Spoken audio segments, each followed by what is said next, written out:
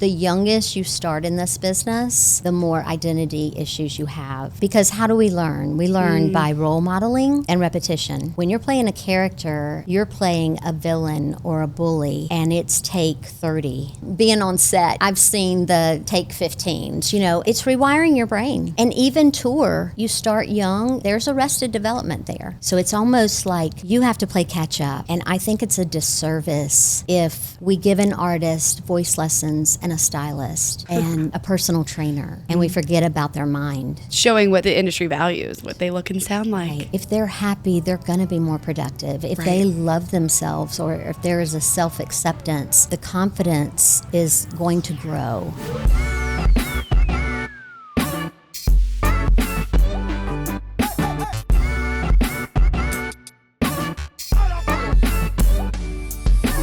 This episode of the Gigs Podcast is brought to you by ELS Nashville and one of their newest innovations, the ELS Truss Shuttle. The ELS Truss Shuttle turns any stick of 12x12 into stackable, easy-to-roll pre-rig truss without the weight of typical pre-rig truss. It gives your crew the ability to bolt plated truss sections together without crawling on the floor, and when the rig goes up, the carts fold flat and store out of the way until it's time to load out. The carts allow for quick rigging of 12x12 truss systems, so simply roll the carts in, bolt them together, pull the pins, and fly. Whether you're up against the clock or a weight limit on a mobile stage or a hotel ballroom, the ELS Truss Shuttle is ready to save time and energy once on site. So cool. Learn more at fabrication.elsnashville.com. The countdown is over. Crews everywhere are boarding the Truss Shuttle. And a big thank you to our Tier 1 directory sponsors, Mammoth Sound, Bandwagon RV Rentals, Round the Clock Logistics, and Greatest Show Events, and many more, for supporting the gigs community and helping keep the industry moving. Welcome to the Gigs Podcast. I'm your host, Nikki Sands, founder and CEO of Gigs, the professional career platform for the live event industry. On this podcast, we are talking to the very best in the touring and live event industry to hear the good, bad, ugly, and unreal moments of life gigging and lessons learned on the road. Now, today's guest has walked alongside some of the biggest names in music and TV, but her real work is what happens behind closed doors. Cristi Williams is the founder of Shading the Limelight, a mental wellness coaching company for artists,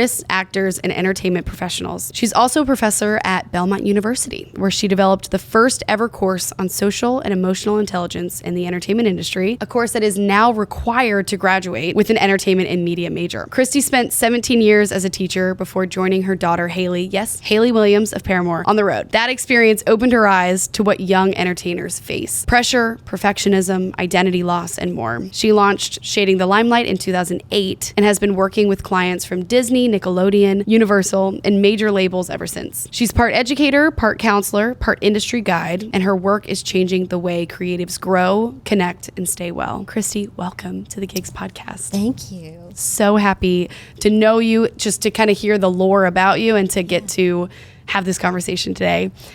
And I want to start with, you spent your life helping artists stay grounded while chasing these big dreams. Right. Do you remember a moment that reminded you how high the emotional cost can be? We're going to dive real deep, right away. Fast. There's probably a lot of, I guess, emotional sacrifices, maybe. The first one I can think of, and I take confidentiality with my clients very seriously. So these are pretty generic, but also with permission for some, okay, if there's any anecdotes that I get specific about. I just want to say that up front. But, I think when I first started Shading the Limelight, I was on the West Coast and working a lot with Disney talent and Nickelodeon talent. And what struck me the most was the young performers. When social media it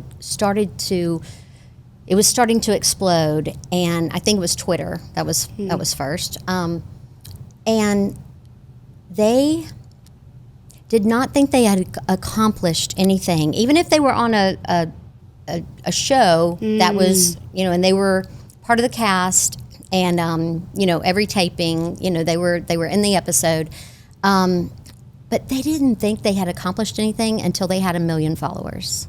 Whoa. Yeah. So there was a lot of competition among the talent, and not only the pressure of the industry or the set, or the studio classroom, but it was really competitive within themselves, and so, you saw them.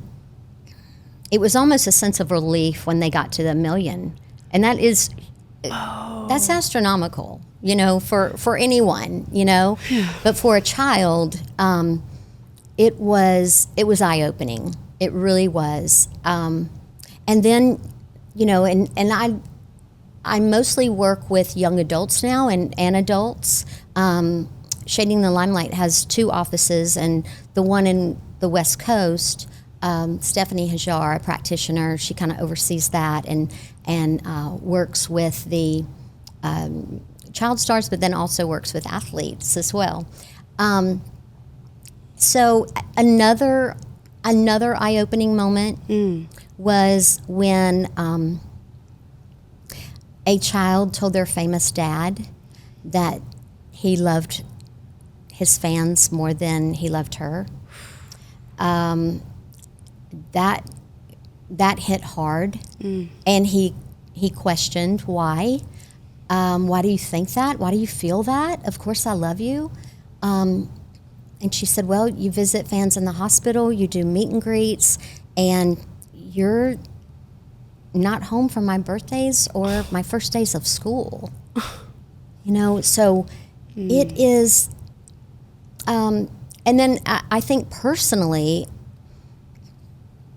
I believe that I took it hard when I had to share. Sorry. Oh, yeah. I took it hard when I had to raise my daughter with the help of agents, managers, lawyers, PR.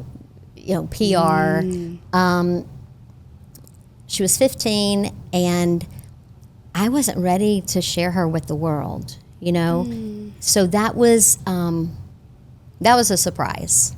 That was just and it still wow. hits. I did not see this coming.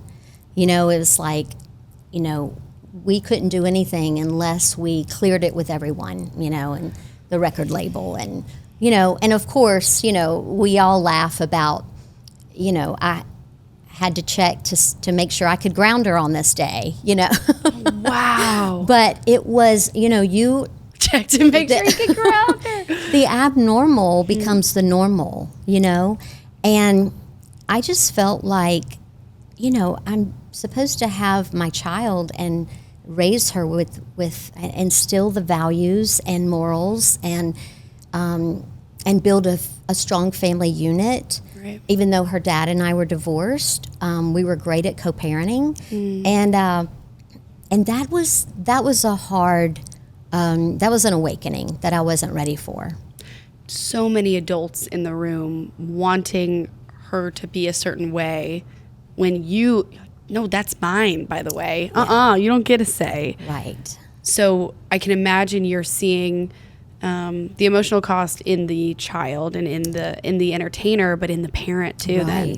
Absolutely. Wow. And parents who have to make a choice between, if they have more than one child, make a choice, do I go with this child to their first award ceremony, or do I go to my other child's high school graduation? Oh my gosh. It's tough decisions. Especially when the child is making the revenue for the family. Sometimes Wow. that is because, and you kind of, people are like, that's not fair. Well, it's like, if I had a child that, we were going to try out this pilot season thing and go out to LA and just see what happens. Right. And then, all of a sudden you're lucky enough to land a show. Okay, well then it's, 13 to 26 weeks of shooting, and the other parent is with other siblings, wherever. Right. I mean, lucky if they're in LA, Yes. but a lot of times, it could be North Carolina, and it's like, okay, well, how are we going to do this? Right. You have to have a car, you know what I mean? It's like pilot season is a few weeks, and so you can rent a car, you can stay at, the Oakwood apartments, or rent a place, but when it becomes like, okay, this is going to be part of life, and this is awesome, we're so lucky, and then you have to figure out how you're going to manage 2 households. Oh my gosh. So with maybe one less paycheck. Because absolutely. Uh-huh. So it wow. And there are, the Coogan Law, is the trust fund that is a law now for every child performer, Got it. I didn't know that. The percentage. And that kind of has been around for a long time. Okay. But, we hear the horror stories, of the child turns 18 and there's no money, and I really think there's got to be a balance of transparency.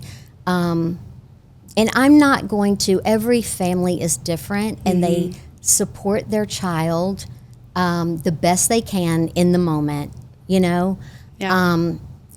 So I can't judge unless I know the specifics, Totally. I mean, and I guess that's even wrong to say, but I have seen a lot of families that you just want to say, what are you doing? Like, yeah. it's frightening to split up a family, and I guess shows, they, let's say it's pilot episode and they get picked up, and then they have a first season, and so that's usually 13, 18 weeks, and then let's just say dad is in North Carolina saying, when are you coming home? Yeah. And then it gets picked up for a second season. Oh my gosh. And it's difficult to balance. So how did you get in with all of these? Like, how are you experiencing all of these stories? And let's go back a little bit further to pre-Shading the Limelight. Yes. What was the experience that was like, oh my gosh, I know how to navigate this, or I had to learn how to navigate this, and now I know I can help people. What was that moment for you? Interesting, because I was winging it at first. Yeah, I bet. I was a 6th grade teacher for 17 years. So master's in education, minor in counseling. And I taught 6th grade because I think I just loved the drama. Girl. Oh my gosh. There's drama. You do. You handle a lot of drama in 6th grade. And then, Hayley said, I want to be a singer. We were living in a small town in Mississippi.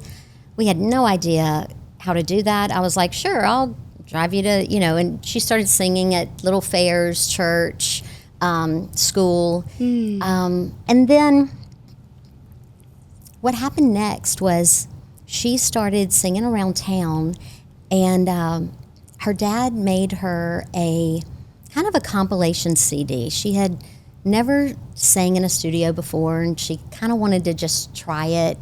And we really didn't know that was a dream of hers, She actually had stage fright when she was in elementary school, and they would try to give her solos, and she was adamant, like, no way. And then she did this little compilation CD, and Hayley's dad, Joey, had a car stereo business, and he started playing the CD to showcase the stereos. Genius. Anyway, people started stopping just to ask for a copy of the CD. Oh my gosh. And honestly, I can't believe it hasn't shown up Where on is it? the internet. Where is it? So, so I teaching in Mississippi, my students were like, we warmed up to Hayley's CD last night at gymnastics, and I called Joey. I'm like, what are you doing? I didn't know copyright laws. I was like, we're going to get sued, going to jail. And then Haley sat us down and just said, I really want to pursue this. The CD got to a producer in Nashville. Whoa. And called us and said, I'd love to meet with y'all, work with y'all, or work with Haley. And so we came up and tried it for a few months back and forth. And we did not have money. And we thought, okay, well, she probably needs voice lessons. And Joey, the genius that he is, the marketing genius that he is, he traded voice lessons for car stereo equipment. That's beautiful. Wow. And I started looking at school systems up here. Yeah. And found Franklin Intermediate School. So there was a position halfway through the year. It was going to be a maternity leave. And I interviewed for it, and within 2 weeks, Haley and I were living in Franklin, Tennessee. Whoa. The move happened. The move happened. Okay. Yeah. So we did not know. And then after, when Haley got here, started working with the producer, going to a homeschool program, meeting friends and the original members of Paramore. Yeah. And it kind of just, they started playing at church and out at birthday parties, and it kind of just one step led us to the next, and started, the buzz of like, have y'all ever thought of management? And honestly, I thought it was a phase. I was like, this is a great hobby, if it keeps her out of trouble and, just something that she loves to do. I was not out to, and I didn't know how to make her a star or any of that. That's what I wanted to ask, like when she was like, all right, I want to do this. Yeah. You move your life. That is just such beautiful love and supportive parenting, but you weren't thinking of what she was going to become. Like, I had no idea. Did she think, I want to be that? Yes. That's incredible. Wow. Yes. But what beauty for you to say, okay, I'm going to support my daughter and we'll see what happens. Yeah, for as long as we can. Okay, so you're getting approached about management now. Okay. Right. So, it happened not quickly. It was like 2 years. And then they started playing out, getting some recognition, and a label from Florida, Fueled by Ramen, heard about Paramore, and Atlantic was buying Fueled by Ramen at that point. And I may have the order out a little bit. But all of a sudden, I took a leave of absence from school. I moved to Orlando in a corporate apartment with Haley and the band, and they were recording their first album.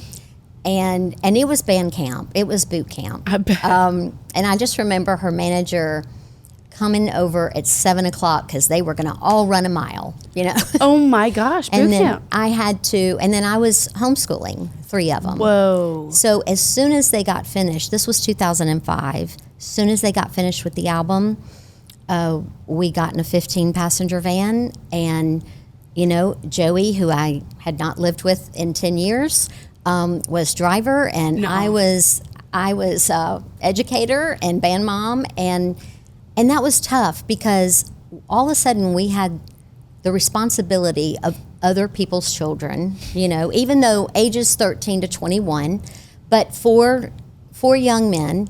Gosh.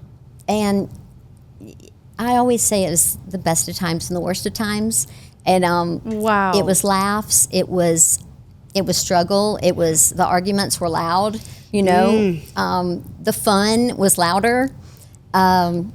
It was a time of growth, and it was tough, but I wouldn't change it for anything. Like, those are some of the most memorable times. But during that, I started to get to know the industry.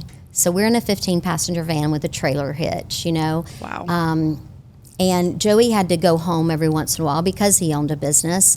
So here I am driving the No. van, Oh, cannot my go gosh. backwards. Tour mom. Right. So also selling merch. And it's hard for a 15-year-old in alternative, scene trying to be one of the dudes and make an impression and make their band statement, and then mom and dad are over there like, would you like a t-shirt?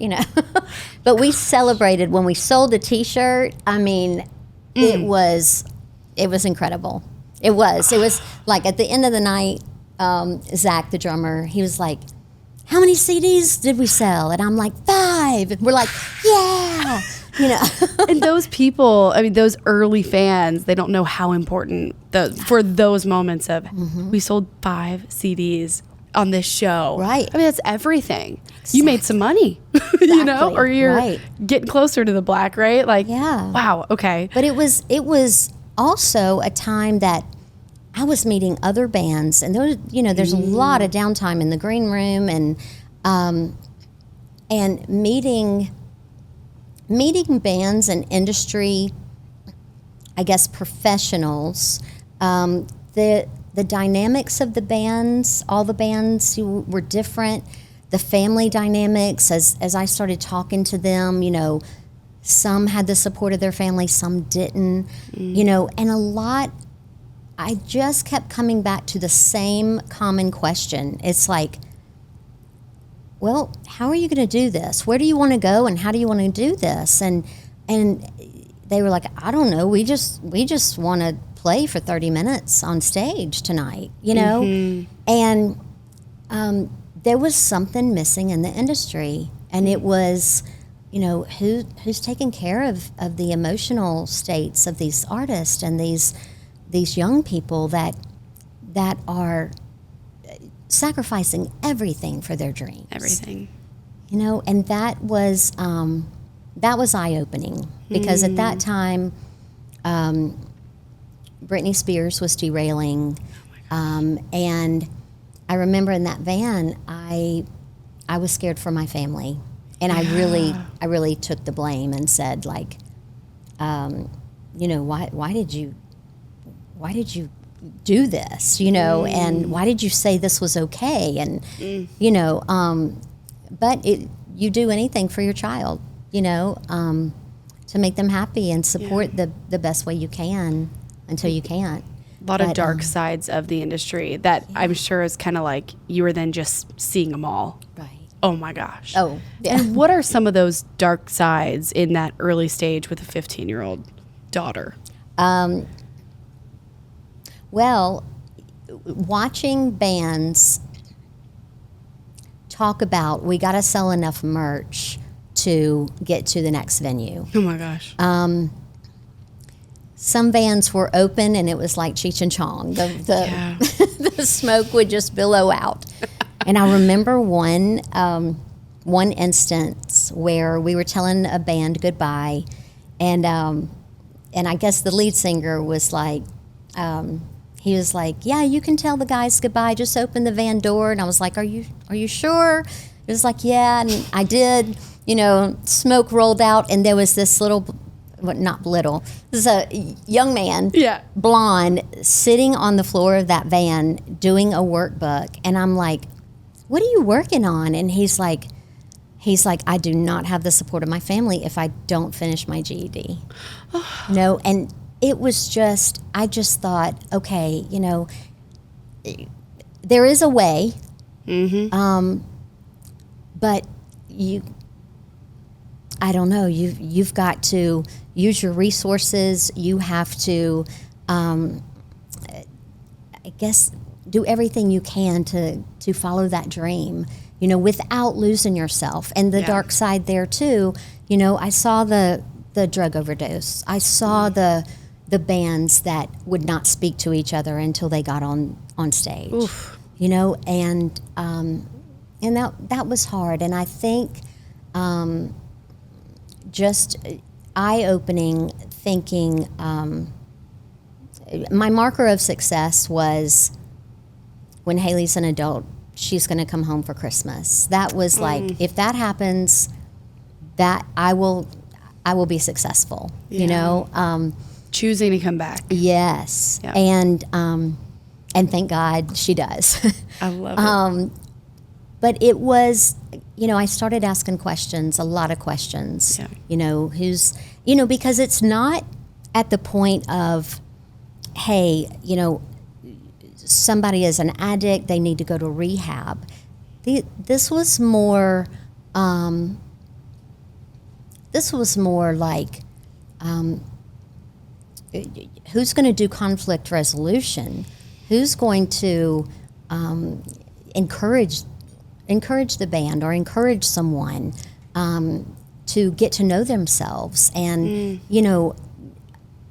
are they talking about values? Because it's like workshops that I do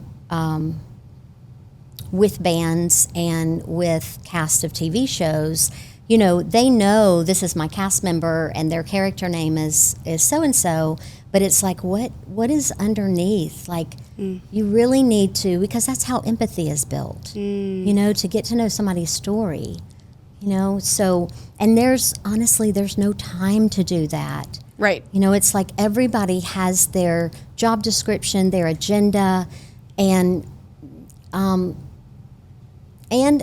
there's a lot of finger pointing, like, well, that's the manager's job to make sure they're okay. And then, well, they're over 30. They should be able to take care of themselves, Well, and they're playing a character, too. That's crazy. That's a whole nother podcast. Yeah. I mean, gosh, and an underdeveloped person, an immature, a young person that's playing a character. Are they that person, or who are they? Well, the youngest you start in this business, the more identity issues you have. Whoa. It is, because how do we learn? We learn by role modeling and repetition. So when you're playing a character and, no matter how old you are, you're playing a villain or a bully, and it's take 30. Whoa. It is, and I'm exaggerating a little bit on the takes, but I'm sure it happens. Mm-hmm. But being on set, I've seen the take 15s, and it's rewiring your brain. And so, and even tour, you start young, there's arrested development there. And it is real, So it's almost like you have to play catch up. And I think it's a disservice if we give an artist voice lessons and a stylist and a personal trainer, and on and on and on, right? Mm-hmm. And we forget about their mind, Showing what the industry values. Right.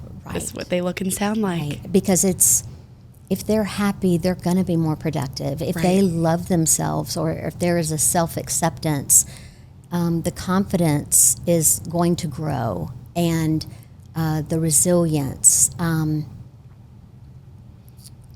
But it is... and that can't always fall on the manager. Absolutely. Oh, no. The manager, in fact, Paramore's manager was like, well, that's why we have you and Joey on the road. Yeah, right. And I'm like, wow, we got tricked. Okay. But there again, I can't coach my own daughter. Yeah, right. It's like, I think that would be a disservice too, because if one of the guys or Hayley needed, or any family member, if they need surgery, the last person you want is a family member. It's like, it's so hard to take that emotional hat off. Interesting. And so it's hard to manage your kid. Whoa. Were you ever managing? Were you ever? No. Okay. No. You were just selling merch and doing all the other things. I'm telling you, like... Driving a van. That's amazing. Yeah, I mean, it's funny because Hayley sat our family down and said, this is what I want to do. Mm-hmm. And we had kind of a hard discussion, and the resolve of it, or the conclusion of it, was we're going to put all differences aside, and we're just going to support this, have fun, and see what happens. That's incredible. I've never heard a story like that. Seriously, for a separated couple to all right, we're doing this for the child, and then look at the fruit that produced. How long were you in that stage of life with her, in the development, in the van? Well, and what was Joey and I next? really took turns, and I had to, I was homeschool teacher for a while. Okay. He did the hard, long tours, the Warp Tour. Darn. Oh, yeah. Joey, you got it. Yeah. When they were still in a van, and Wow. I'm really glad I kind of lucked out on that and missed that. But I would meet them on the road. Got it. But basically, we built a team that we trusted. We did not know how far or how long the team was going to be with them, but we felt like we're going to build a team that we feel that has Paramore's best interest at heart, and then when she's 18 or 21, we'll kind of reevaluate and adjust. But I wasn't gonna let my child just go off, Totally. with random people. And if that was the case, she wouldn't have done it. That is crazy. Yeah, there's not a lot of voice to the parents of this, because all you want is to make them happy and be good, but you want them to be cared for. So you've said, I read before, you've said that authenticity can be a survival skill. Yeah. What does that look like in a world that often rewards performance over presence? Wow. That looks like a chaotic mess. Okay. But more specifically, it looks like loneliness. It looks like the loss of vision. It looks like meeting obligations and prioritizing the demands of the industry instead of prioritizing your relationships and your self-awareness and building those inner resources. It looks like compromise.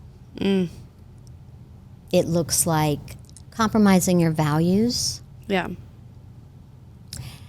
And listening to others and trying to please others. And then all of a sudden, the vision that you had, and you're pursuing that dream and you have this vision, all of a sudden those lines get blurred and you don't know whose vision you are carrying out. It looks like confusion. It looks like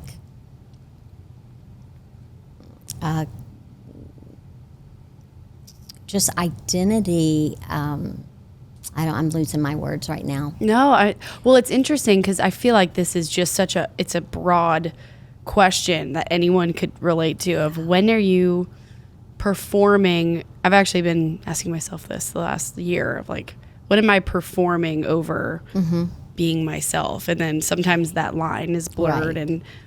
And then there's that imposter syndrome. Oh yeah. And then the performative apologies. Ooh, interesting. It is, you are, sometimes in workshops, I don't get the authentic individuals. They're still performing. Yeah, I bet. You know? And that's hard. You almost have to kind of do a bunch of icebreakers and get to know you or trick them, Ooh. And just, so it's a lot of confusion and a lot of pleasing people, and it's a lot of exhaustion and loneliness on the road. Yeah. Missing important events that you really want to be at, family events, This episode is brought to you by Gigs. If you don't know what Gigs is by now, it is the career platform for the live event industry. Professionals join, employers join, post jobs for free, apply to jobs for free, network, connect. It's truly the hub for the industry. If you are not on Gigs yet, go to gigs.live and join as a professional or an employer. Again, free to post jobs, find your new crew, free to apply to jobs, find your next gig. What does a workshop look like? When you're easing into it, what is the goal of a workshop post? How many sessions do you do? And I know I'm probably getting ahead of myself, but this is a part of Shading the Limelight. Right. Then, okay. Right. So you have these workshops where Right. you're working with who specifically, and then what is the goal? Okay, so Shading the Limelight, we offer services to individuals, to artists, musicians, anyone that's in the public eye, and industry professionals, so behind the scenes. Cool. Now we do one-on-one, we do sessions with the bands or castmates, we do conflict resolution. There's no cookie cutter approach. The approach is preventative and proactive. And the storms always come. We want to make sure you're prepared, or the client is prepared for when that storm is coming. Got it. You know, do they have an umbrella, waders, Yeah. Hat, whatever. But depending on how deep the water is. Wow. But workshops for studios or Universals. I do workshops for, a lot of team building. For professionals behind the scenes, like the teams at a label, or different departments of, I did one with the Country Music Association not too long ago. Great. And it was a leadership workshop. So it's all customized. And, our program, there is one-offs, and then there is we have something called the Artist Success Program, and there's 3 phases of it. The first phase is assessment. So you get a in-depth assessment of where you are in all areas of your life. Relationships, free time, personal development, spirituality, career, relationships, physical health. All right, and that is all about self-awareness, and you're building your foundation. It's like, and a lot of clients, they don't have a foundation, but we never try to build it from, it's always input, it's always client-centered. Got it. Okay? So it is their map of the world. Yeah. We step into their map of the world and never tell them how it's supposed to be, or give advice. I certainly don't want to be the one blamed for something going wrong. Right, yeah. But no, seriously, I just, we have to build the educational resources, the resilience. Got it. Do you know your values? Why do you, how do you process? How do you do things, and why do you do things? Do you put on your seatbelt before you start the car or after? It's like... I need this. Oh my gosh. But it is, when people understand why they do things, then they actually realize they're not going crazy. It ignites self-confidence.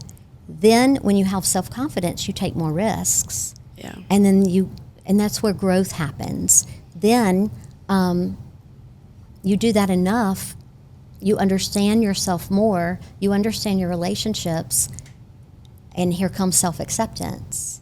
Oof. When you accept yourself, you're going to forgive yourself. You're going to give yourself allowance to make mistakes. And you're going to enforce those boundaries and enforce those values. Okay. So the 4 key components of emotional intelligence is self-awareness, self-management, social awareness, and relationship management. So phase 1 is the assessment, okay? And it is all about knowing the present, knowing where you are, and moving to the future. Where do you want to be, okay? Now, therapy, it is assessing the present, and I'm kind of summarizing this, and going to the past, okay? You know, what is not working now? And we address those, but we want to do an intake of what's going on now. Where do you want to be, and what's not working? You know, then we move into advancement and kind of building an action plan, you know, and tweaking it along the way. So basically, the third and final phase is the continuity and the maintenance, okay? Now, every client or band or producer, songwriter, whoever the client is, it's going to be a different time frame, and it's going to be different areas of improvement and development. So there's a lot of times where the first phase is 6 to 8 weeks, and then the second phase is bi-monthly, and then the third phase is once a month or once every 2 months. So we don't want to build a codependent relationship. You know, it's like, we want you to fly on your own. Yes. You know, however, we also know that there are storms that are going to come and are going to arise. And I think it's important, no matter, you know, who your person is, a therapist, a mental wellness coach, practitioner, to at least see them a little bit so you can have a check-in. Because, you know, if you don't go for months and months and months or a year, you spend the first session just catching up, you know, and trying to understand who all the players are, and you know what I mean? Totally. So, so you have, I'm sure, I mean, every single organization and person you you help is so different. yes. What are similar common patterns that come up in all of these workshops and helping people? Negative self-talk.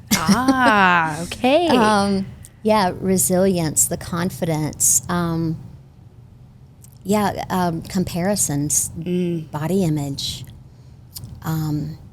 just the fear of success. Wow. The fear of rejection and failure. What does the fear of success mean? You know, this is something that I've actually been thinking about a lot lately, because I think I have a touch of it. Oh my gosh! Wow. However, okay. I'm here. Yeah. Hi. You have made it. Yes. No, it is like, can I handle what success will look like, because there's so much uncertainty around it. Whoa. Interesting. Yeah, you don't know what that stage of life is. Absolutely. It's the risk. Yeah. Whoa. And so sometimes you self-sabotage, Oh my gosh. you know, and a lot of times it's unconscious. It's on the subconscious level, you know. And maybe when you're feeling success, you don't like it, maybe, and all of that comes with it. And Well, and then we get into the scrutiny, you know, being successful, the scrutiny of the public eye. Oof. and all of a sudden all your flaws are right in front of your face, and you can't make everybody happy. And that's the light side of it. Whoa, the light side of it. Yeah. Well, how interesting that you watched it with Hayley and every stage too. Yeah. Of What was hard was not being able to help her. and making sure, encouraging her to make sure that there was a person in place. And I, you know, and that has happened. She's very, that's part of her routine, you know. And when they were young as a band, you know, they also had mentors. And that's so important. It's important to provide a place for artists when it's hard to trust and you have so many yes people around you. They just want a safe place to just yell, cry, sort out whatever. Yeah. You know, and just process in dialogue. And that's very difficult. Yeah, and I feel like everyone has to feel the money didn't actually do the thing I thought it would. The recognition or whatever. And it's so funny that all the advice is always money doesn't buy you happiness. Like, it was all so cliche because everyone, that's the truth. Yeah. But it's like everyone needs to figure that out themselves, you know? And so I that's super interesting, as especially young people pursuing success, pursuing fame, that ultimately, why are they pursuing it? What is the why and what comes with it? Yeah. And, I love when artists say, I don't care about fame. I just want to do it for the art, and I have to get this out, But as you move up the ladder of success, the distance between relationships and normal life, whatever that looks like, it's hard for you to stay grounded and centered, because a lot of times it gets lonely when the higher you go up that ladder. And it's crazy too because you have so many people loving you. I love you. Right. But it's like, what does that really mean? Right. Do you know me? That's, Right. And we know the Kurt Cobains and that felt like they were lying to their audience. Oof. It's like they're telling me I'm perfect in a meet and greet, but I know I'm not. And what if they find out I'm not? Wow. And think about it. You're in a meet and greet for 2 hours. There's a line of probably 100 or more people, and they are crying and telling you you're perfect and you saved their life and they love you. And you hear that for 2 hours, and in the back of your head, the negative self-talk that we all have, all of a sudden you feel like a fake. Whoa. And you got to separate, especially, this is for you artists. You got to separate who you are from what you do, And I think that's everybody. A lot of our identity is tied up in our occupation. Yep. And we've got to separate. We've got to know who we are. When you leave the stage door or when you go home at night, Totally. And so that's important. Did you have anyone through this? Oh, yeah, I've got several people. Amazing. At the beginning, when you were navigating, had all those questions, and obviously birthed Shading the Limelight, you now have people. And so how did that look for you getting that support? I have a practitioner's license in NLP, which is neurolinguistics, and basically it's mind-body. So if you think of a triangle, and it's the cognitive thoughts, emotions, and physiology. So, and one cannot exist without the other two, okay? So when your stomach growls, you have an emotion, I'm hungry or hangry, okay? And then the thought is, when can I eat? What am I going to eat? All right, so, and then maybe an emotion comes first, stage fright, okay? In your physiology, your body responds by, sweating, heart palpitations, throat goes dry, can't remember your words, I mean, it looks different on everybody. Yeah. And then the thought is, you know, I got a gig coming up. Is anybody going to show up? Or why are they showing up? Right. You know? So you know, and the linguistics part. So neuro is the nervous system, the central nervous system. Linguistics is how you express yourself. How you express yourself is a reflection of the processing, the mental processing that's going on. So I do, it seems like a lot of times we go back to the brain, you know, and let's talk about the subconscious and the conscious. And it's something that emotions are something that we should have learned past kindergarten and first grade. Right. You know? Oh my gosh.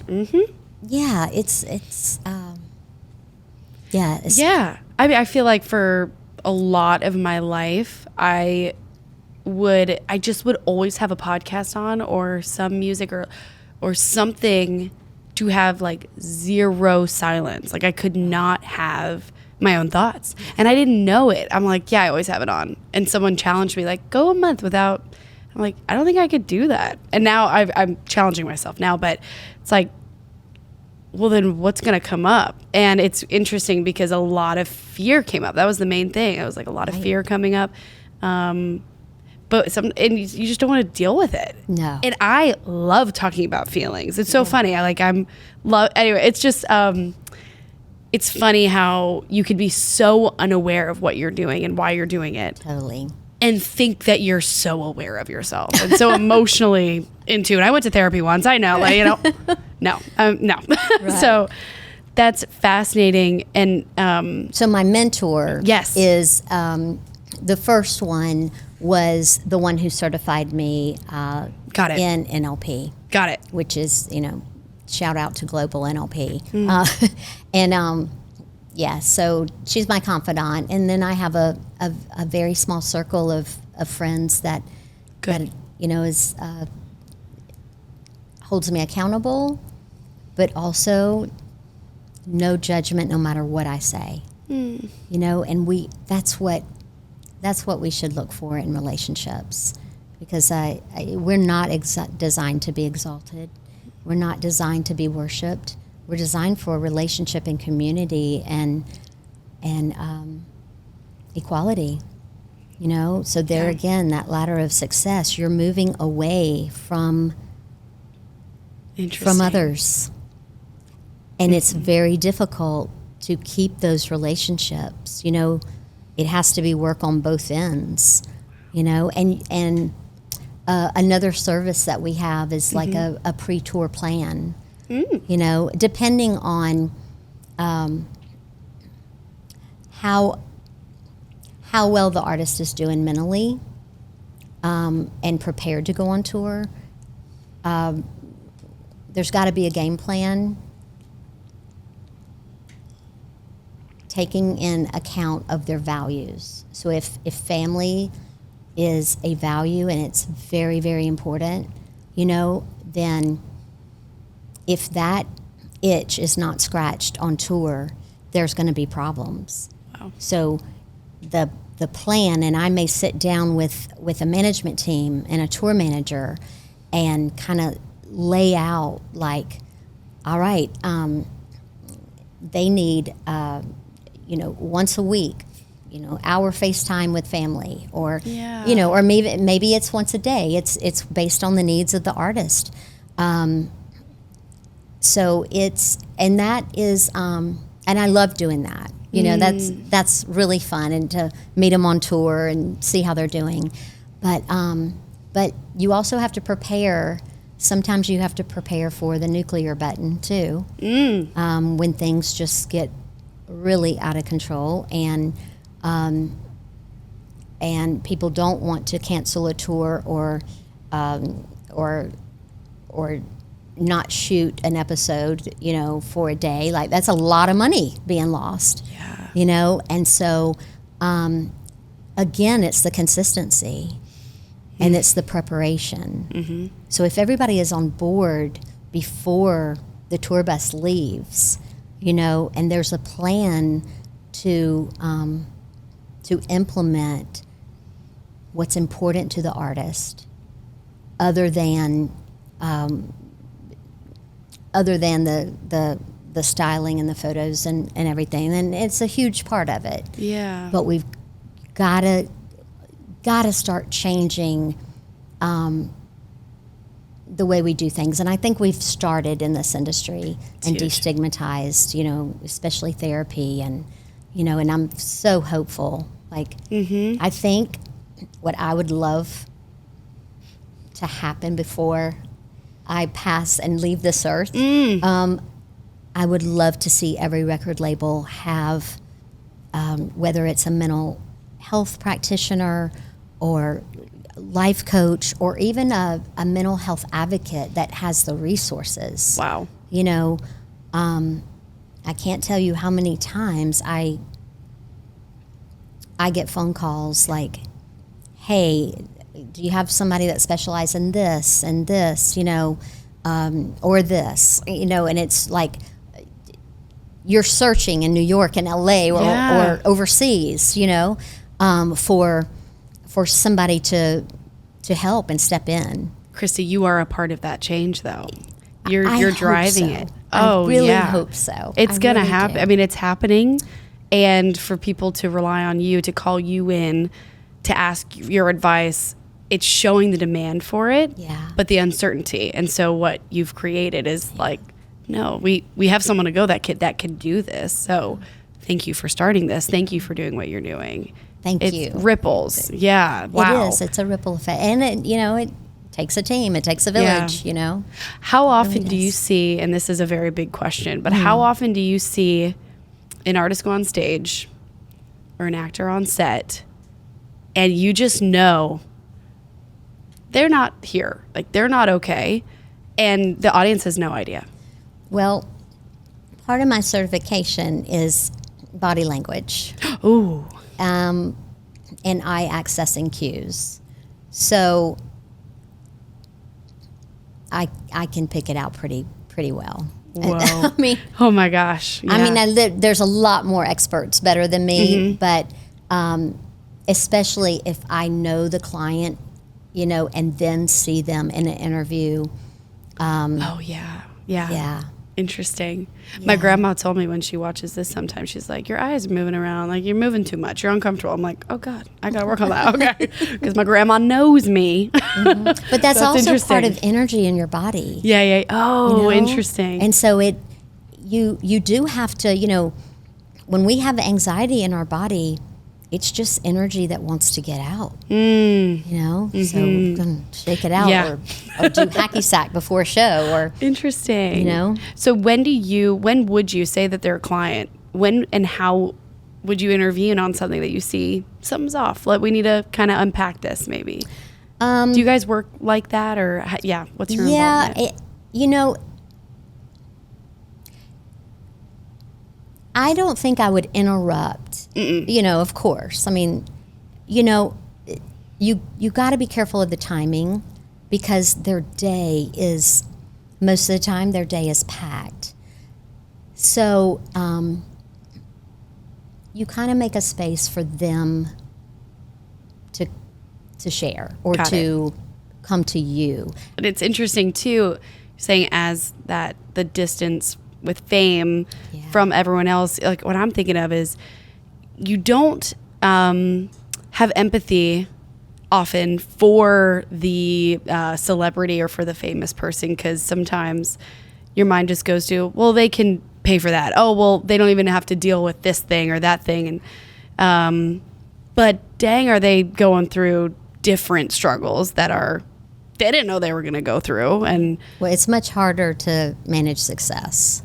Ooh, interesting. Because if you don't have success, there's nothing to manage. Oh gosh. I mean, honestly, it's like, so that harder to manage success. Yeah. My goodness. Okay, so you are co-authoring a book with Allison Stoner, who was, I mean, I grew up watching her on Step Up and Camp Rock. Yes. Wow. What was the heart behind that project? I'd love to hear you talk about that. I met Allison on Camp Rock 2 in Canada. And I was working as an emotional wellness coach. And she was probably 14 or 15. And we struck up a conversation and did not run into her again. But throughout the years, as she grew older, I would see her on the red carpet, and she was an advocate for having a mental health advocate or professional on set. Oh, yeah. You know, and in 2021, I ran across her YouTube Yes. op-ed, I call it. I guess it op-ed-ish. I watched that, yeah. Yes, it's called Toddler to Trainwreck. Mm-hmm. And I watched that one night at midnight and just tears. I mean, it just, and I emailed her and I was like, hey, I just want you to know I'm supporting you. And I was like, I don't know if you remember me, you know. Right. And she did, and she emailed, and this was 2021. Our first conversation was probably 4.5 hours. Whoa. And just said, let's do something together. Let's, you know, and so it's a multimedia educational resource, a manual for preparation for the industry for all creatives. Oh my gosh. There's 50 videos, and you know, 3 to 5 minutes, maybe. I think maybe the longest one is 11, 13 minutes. But and it's self-paced, and there's activities. There's a lot of stress management skills and tools. A journal that just somewhere where you can kind of go up and or go to and read the red flags, or you know, about financial and legal management. You know, we tried to cover all the bases a little. You know, and hopefully we're gonna continue more products like this, or more content. But it's really exciting, and her memoir comes out August 12th, and then this is going to closely follow around the 1st of September. And so that's about when this is coming out. Yeah, and you can pre-order now. No. Oh, hey! No, hey, let's get that call to action. I love it. Yeah. Wow. But we're really hoping that studios pick it up, and management companies pick it up, and it's for all ages, and you know, just to have some guidance and tools. And tools from the people who experienced it, and you're around it. I mean, couldn't get two better authors right and there. That's incredible. We've got a lot of mental health professionals kind of on board contributing, and it's exciting. We're going to do a once a month live Q&A, you know. Oh, wow. So it will be a guest speaker, or it'll be Allison or myself leading it, just a Q&A, just to you know, not throw the program at them and just say, here you go, good luck, you know. Right. You're there coaching through, I'm sure. Oh my gosh. This, again, ripples, waves. This is really exciting. And then you created this course at Belmont University for the entertainment majors. Yeah. I would love to hear more about that. That's now a required course. Right. Too cool. Yeah. That just shows how important this is and how there's been a lack of this. So I would love to hear more about that. I am so fortunate that Belmont University emphasizes mental health and tools for, not only the profession and the education that they're going into, but overall, across campus, you hear mental health and engagement. They bring in a lot of guest speakers and a lot of tools for students, especially in this day and age. You need community, and you need a place to vent and talk about the hard conversations. Yep. But in my class, we start with the brain. Okay. And we kind of dive in. I'm not a neuroscientist, so my brain knowledge expertise is capped.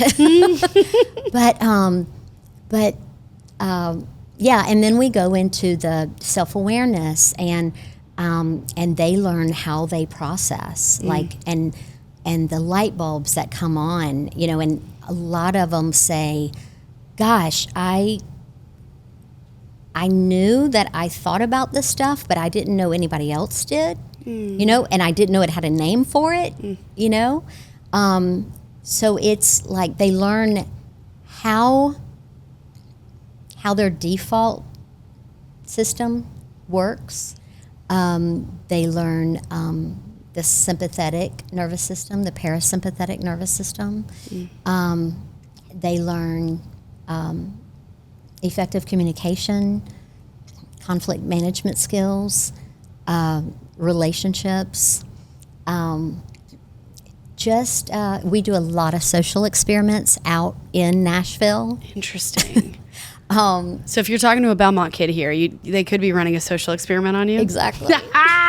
Good to know. Maybe. I will ask. Sometimes are in you a coffee in Cristi shop? Williams' class? Okay. And it's fun because, they get uncomfortable because they're so used to looking at their phones out in public. And my classroom is no technology at all. Gorgeous. And we have a lot of conversations, and it's a safe space, and no matter what your opinion is, you're going to be respected. However, if you disagree, kind of the unspoken rule is ask questions until you understand where that person is coming from. What does their map of the world look like? And the map of the world is their education, their culture, their background, their, how they were raised. Was there music playing in their house? Oh, yeah. That's interesting. Yeah. Culture to traditions. Yeah. Yeah. It's so cool. I want to take that class. How do I go to Belmont? Come on. I want to go into a little bit of a rapid fire, even though honestly, I always write these and they're pretty deep, so they're not rapid. But anyways, off the cusp, kind of. All right. Some of them are. First show you ever worked with Paramore. Paramore, not Hayley, but Paramore. Like, do you remember that first show? Yes. That was it was a festival in New Jersey, and I believe it was called Bamboozle. Okay. I hope I'm saying that right. I don't know. And I believe it was, oh gosh, I know your listeners are going to be like screaming at me right now, like what it is. And anyway, Bamboozle, close to Jersey City, or maybe not. I don't know. We'll fact check. Bamboozle. Okay, Sure. it was like Warped Tour. Okay, all got right. it. It was pouring down rain. We had to park a long way away. The festivals. They Paramore had to carry all their gear. Load in, load out. Paying their dues. Then I remember, but we didn't sell merch that day. Okay. So we actually went to up the East Coast to Rhode Island, Connecticut. I believe it was in Hartford, Connecticut. We were touring with Copeland and Stray Light Run. Amazing. And the bass player of Copeland, James, taught me how to set up the merch table. Oh my gosh. And how to run it. And I'm so thankful to him for that time, because he knew I was just free falling. And yeah, that's another world. Yeah. Merch. Right. Yeah, right. That's a tough world. Right. Yes, that's so fun, Yeah. man. Do you have a phrase that you find yourself repeating a lot in coaching sessions? Yes. I think there's a tool, or getting them to look at it at a different way. Cool. So let's reframe that. Got it. Another one is, I want you to put that scenario on the ground, and then we look at it together, and we look at, we actually, it's like an aerial view. Oh, wow. It's an overview. It's like if we went 30,000 feet and lifted the roof off of this building. Mm-hmm. Tell me what's going on. Tell me what you see. Read the room, and read the personalities, or what you feel that they're thinking or saying. And there's always that second track, of what is not being said. Yeah. So I like to get them out of the situation and put it there, or we take a problem and we put it right here, and we look at the problem. The problem, a lot of times we hold the problem right here. Ooh. And we can't see it. Even if we look down, it's a stretch to see it. And this really helps with relationships, band, partnerships, platonic, intimate. It is maybe not intimate, romantic. Yeah. Wow. But we look it right at over that there. from all sides. Wow. And the problem doesn't look as big if you look at it there, or you look at it from, the 30,000 foot Right. height. And it's also, the problem isn't you. It's over there. Absolutely. Interesting. Oof, man. I can't wait to go home and do all of these exercises. Oh my gosh. What is one industry practice that you'd love to see disappear? Oh, where do I start?